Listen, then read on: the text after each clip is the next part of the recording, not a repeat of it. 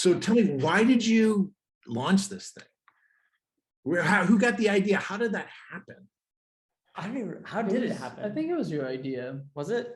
Adam's original idea was, let's yeah. have a day of protest, right? Of like everybody ditch their non-affirming church. Yeah. I'm normally the one that's like protest against the church and, and fight and all that stuff. And then Will was like, what if we turn it positive? Which is, it's, if you can tell anything about our relationship, that's a very core tenet of our relationship. Yes. This is not the only conversation that's gone this way. Exactly. Yeah.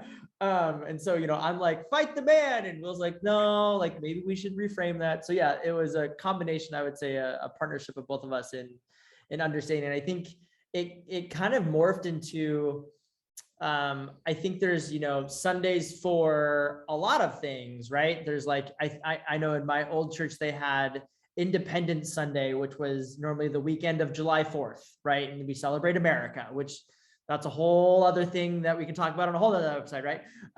But I was like, well, why don't we just create like a holiday, right? Like, why don't we create our own holiday for LGBTQ people to celebrate our own identity and be welcomed into safe spaces in the church? Because there are, both of us, we just came back from the European Forum of LGBTQ plus Christian groups in Europe. And there's people everywhere, right? In the world that identify as both LGBT plus and Christian. And it's fun to see people identify as that and want to celebrate that identity in churches and in those spaces. So when you said, Adam, like, burn it down, and Will's like, maybe there's a way to reframe that. Is that part of a reaction to your own, like maybe one of you's had a little bit more church trauma and maybe one of you's come into this a little bit later in life where it's a little bit more, is that a picture of that? That's a good question. I think I definitely have more church trauma than Will does. So I went to John Piper's church in Minneapolis. And so I was actually removed from membership for being gay from his church, for being gay at his church. And so I have some pretty serious church trauma. I went through conversion therapy and, tried to be a good kid and all that fun stuff when I was at John Piper's church. And so I would say I have a more visceral, violent reaction towards church in general that I think Will does. And I think Will has a different experience with church than I do. But then I think candidly, like my view of church has changed a lot ever since going to Oak Life. Oak Life Church in Oakland, California, I think was like a big, I literally remember the first Saturday or first Sunday I went there and I sat in the pews and the video that played was, gay, straight, or bi here, you're welcome here. And it's now like this kind of like mantra that some other churches have used. And I just remember bawling, like weeping, because it was the first time I remember being able to be fully myself and come to a church and be there and know that like I could be me and be in this space. And the guy next to me was gay and he was like, "Are you okay?" And I'm like, everything's fine. Don't look at me. Right. And it was wonderful. It was like a wonderful healing experience that I think and I think that's part of where I think probably 4 or 5 years ago, I would have been like, no, it needs to be a protest and like burn it down. Right. But I think part of my growth and my change in life and God working in me has been like through that experience and through Will and through his experiences with things. But anyways, yeah. Hey, thank you. And I just want to honor like, wow, I didn't know that about, I guessed, but oh man, that just sucks. Well, I think my reaction to Adam's it's more because for me, it's the hiding that hurts so much, the hiding that had to occur for years and years and years, that thankfully the Seventh-day Adventist Church is not outwardly, which is the church I grew up on, they're not outwardly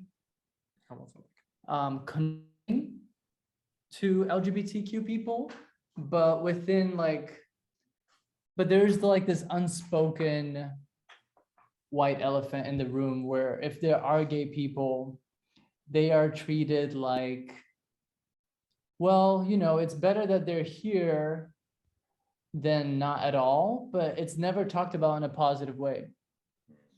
So for me, Affirming Sunday is almost like this, it's like flipping the script. this ability for a church to say, hey, you don't have to hide here. Yeah. You will be talked about and you will be considered an equal and you will be just like the rest of us. So I'm like, wow, it would have been so nice if I was part of a church that was outspoken about these things instead of just treating it with silence. Because we know from like the civil rights movement, silence is violence. Yeah. You know, and if we're not talking about it, we're saying something that it's not important. So I thought, hey, how cool would it be if it could just be about not having to hide? Yeah. That's beautiful, man. This guy's smart. I like him. I know. He's also cute, so it helps. Well, there's that. I didn't, I thought maybe you'd be jealous if I said that, but so tell me this. You're talking, you met a guy who you like. He's a friend of a friend, you're at a party, and you hit it off, you guys become friends. You don't go totally into your story that much, whatever, or him into his. And you're like, hey, let's get dinner. So the next night you get dinner and you find out that this guy, who's also gay, that he goes to a non-affirming church. Mm-hmm. What do you say to him? Yeah, what would you say? I know what I would say. I know what you would say too. What do you think I would say? Well, I would be like, get the F out of there. No. I would not say that. I think I would try to ask a lot of questions. And I think like approaching, my experience is approaching, so like people did, like my therapist literally asked me that when I was in therapy because I went to Bethlehem for a long time. They're like, why don't you just leave? Like, why don't you just leave this church? Like, they don't love you. They don't affirm you. They're putting you through this craziness. Like, why are you there? And I think if you're there and you're there while they're not affirming, there's a reason, right? And more than likely it's community, and more than likely it's like identity, and it's something there that's holding you there. And for me, it was people. It was like the people that I love, that I grew up with, that I was in relationship with, and that I would consider family and siblings in Christ, right? Like those are my humans. And so I think for me, I would actually like understand and seek to understand why they're still there and really understand what's at that level. And then probably dig a little bit more and be like, well, can you talk to them about being gay? Like, can you talk to them about that experience? Can they walk with you in that? Can they not walk with you in that? Oh, you've never had anybody like walk with you in that, right? Like that type of experience is very different, I think, than just being like, oh, well, you shouldn't go to that church, right? Like that's not helpful. That's not helpful for anybody, especially more than likely if you're going to that church for a reason of like being integrated in that. I don't know. I think it's really scary for someone who's currently going to a non-affirming church to hear about a church that affirms, because the Christian church has a martyr syndrome where they take pride in not conforming to the world. And the less they conform, the more spiritual they feel, right? So I remember when I heard about an affirming church, when I was going to non-affirming churches, I thought they were a bunch of heathens. And I thought they didn't really know the Bible, right? So I thought they would cherry pick whatever was comfortable for them. And like after I think the journey of someone who's gay is really unique, and everyone's at different points. And I know for me, I needed to think celibacy was the only route for me before I began to accept the love I deserve. Because I thought I deserved this lesser intimate, lesser vibrant, lesser joyful version of love that was just very like, it's me and the Holy Spirit, that's good enough. But I don't know that God made me to be alone. So I was settling for the love that the pastor said was available to me. but I didn't know that I could have, this promise of a partner and companionship in physical form as well as in spiritual form. So I would just like, if someone told me, hey, like I go to a non-affirming church, I would be like, I love that journey for you, right? Because they're on their journey. Okay, Moira. I love that journey for you. And as long as they are not trying to tell you that you need to change who you are, I think that that's a beautiful thing for you to be around people, because people have their community. We can't just disrupt people's communities just because they don't believe one thing. We're more than our beliefs. So that's how I view it. Affirming Sunday, there are 37 churches this year that do Affirming Sunday. What do you hope for next year? And what do you hope for specifically about Affirming Sunday? And then maybe there's something else you're hoping for, that you've got a kind of a bigger vision, long-term vision around New Foundation. I have an idea for Affirming Sunday. This Affirming Sunday. Yeah.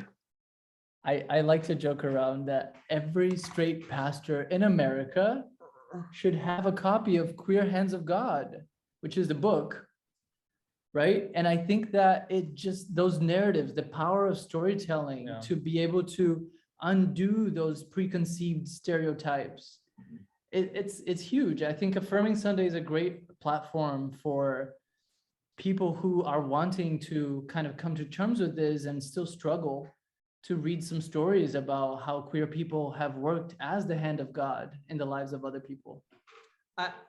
Yeah, to double down on that, I think like next year I would like to add more structure and like suggestions. So like one of the things that I would have liked to, we just didn't have time this year, but next year I would like to be like, hey, a suggestion during service is like, have an LGBTQIA person like speak, right? And here's a list of speakers that you can select from and choose from, and like people that we know, right? And that are great and that would love to speak at your church, right? And then like, oh, by the way, maybe have somebody from the space have a testimony, right? Like that type of being more involved in that, at least providing some more structure for it, I think would be helpful. Yeah. The other thing is like a pledge. Yeah, a pledge is one thing. One thing that I'm really passionate about right now is like apologizing and owning that narrative of like, you may or may not have apologized for things that have happened, right, in the LGBT community in general, and some churches have, like, of the historic issues that have happened. But I think that there's something about owning it and saying sorry and apologizing that actually like is helpful, just to acknowledge it and publicly say like, hey, we might not have been the best advocates of being affirming over this past year, right? And like, we apologize for that. And if there are examples, then like show examples, right? But like even just owning that, I think is super powerful. And then also doing like, there's Juneteenth too, right? Which is coming up. And so like, there's a little bit of complication there, like to be fully transparent. But also at the same time, like, I think that churches should apologize for how Black people have been treated in churches. Like, I think the more that the church can publicly apologize for things and just own that, the better the church is in general. And the better framing it is towards parishioners, towards people that congregants and people that go to it. Like, I would love to see that more. The big thing that I would like to see, I think over the next 2 or 3 years is just, I would like to see this become a thing that gets like national news coverage. I think would be really cool. I would love to see like, you know, USA Today or Washington Post or something like that, like pick up a story about it. I think that would be I would cry. Like, I would love that. I think it'd be super cool. And just like I think it would mean a lot to like the LGBTQ plus Christians of faith, and the movement of people that are that, to have those types of eyes and to have that level of what's the word I'm looking at? Like accountability or acknowledgement. Yeah, acknowledgement of like the community that exists. It's thoughtful. It's very thoughtful. For if this was a Christian holiday, yeah, right? If Affirming Sunday was recognized as a Christian holiday, it would start to undo those, you know, the judgments that society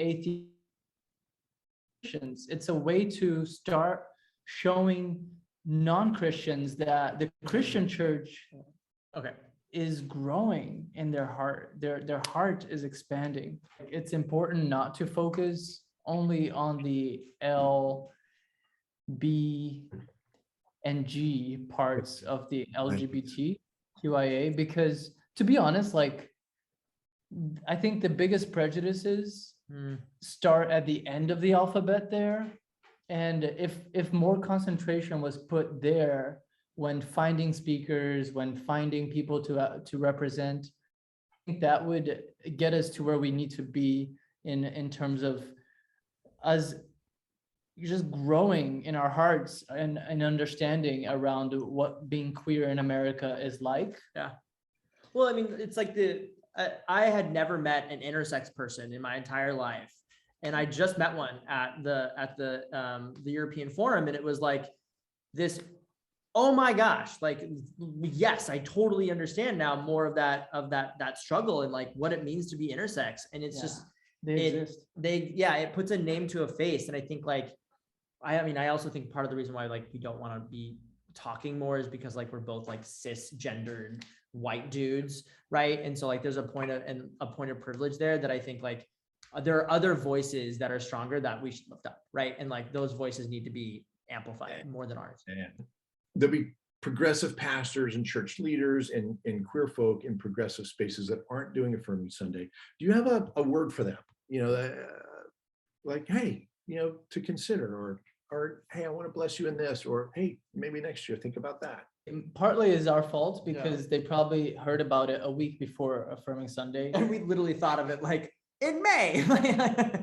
Yeah. It's never too late to celebrate.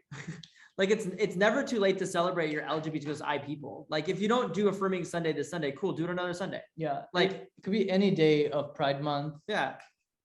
Hell, take every single Sunday of Pride Month and highlight different identities within the rainbow. Yeah, I mean, yeah, there's never a wrong time to celebrate a marginalized group of people in the church. Like there's never a wrong time to do that. And so if it's not in June, maybe your Pride's at, like, for example, Pride for in Oakland is in October or August. It's in August. Do it in August. You know, like whenever makes the most sense for you. But there's just because you missed the like officially recognized day doesn't mean that you can't do it another time. That's good. Yeah. You know, I was just gonna say it feels really lonely sometimes to create change in this space. And something Adam and I have been constantly frustrated about is that everyone's doing something in their own silos. And sometimes it's sad when we're trying to collaborate with others who are doing something in that space, and they're like, oh no, but we have our thing. And it's already hard enough to like try to change the culture of Christianity in a group. Imagine just like if everyone's doing their own thing in their corner. So I think if I would say something is like, how can we get together and like at least comfort each other and give each other momentum and energy to keep building, keep creating these networks, because we need each other. You know, Adam and I sometimes feel like it's just us two against the world. And when you reach out and you're like, I want to interview you, it's like, oh, okay, so our work does matter to somebody. This is great. Yeah, I would. Beautiful. Yeah, I would take that and modify it a little bit. One of the big things that I'm like an open letter, I think, at some point in time to like progressive Christians. And part of that open letter is just going to be like a very candid conversation about like, why are we so competitive with each other? Like there's this, it's not a zero-sum game. Like, like a rising tide rises, or a tide rises all boats, right? Like whatever that acronym is, I forget, or that I'm saying, but it disheartens me when we reach out to like partner with people or want to do things with them, and they say, well, no, like we have our own community over here. And I'm like, cool. That doesn't mean that it doesn't mean that like it can't be exclusionary to Believer or to New Foundation or whatever, right? Like it doesn't mean that. And I think we are stronger together than we are fighting each other over like resources. Like that's just stupid. I don't align with that mentality in any way, shape, or form. I think it's like abundance. Like we need to view this as abundance, and like we live in abundance because we live and are created by and serve an abundant God. And it's like this idea around, no, this is my community and you can't talk, or you can't talk to them because of whatever, right? Like that whole thing is just, I just don't understand it. It just doesn't make sense to me. And I think like my challenge or like whatever to the progressive Christian community would be like, stop, like we already have enough infighting in Christianity in general. Like we stop it within the progressive space. Like we are Christians. Like we are called to love one another. Like stop this nonsense. Cliques. No more cliques. Everyone work together. Play nice, damn it. That's it. Well, and let me, we'll close with this. As a progressive pastor, I want to apologize that we've done that. I'm sorry. That's, and that, you guys are out really working hard in this space, in the partnering space. I'm not, right? I mean, I've got a congregation, so I interact and I bless every progressive Christian church I can find near us, send people to them. But you guys, I mean, this is like your lifeblood. So I'm just so sorry. And on behalf of the progressive church, please forgive us that we have not done better, because it's the way of Christ.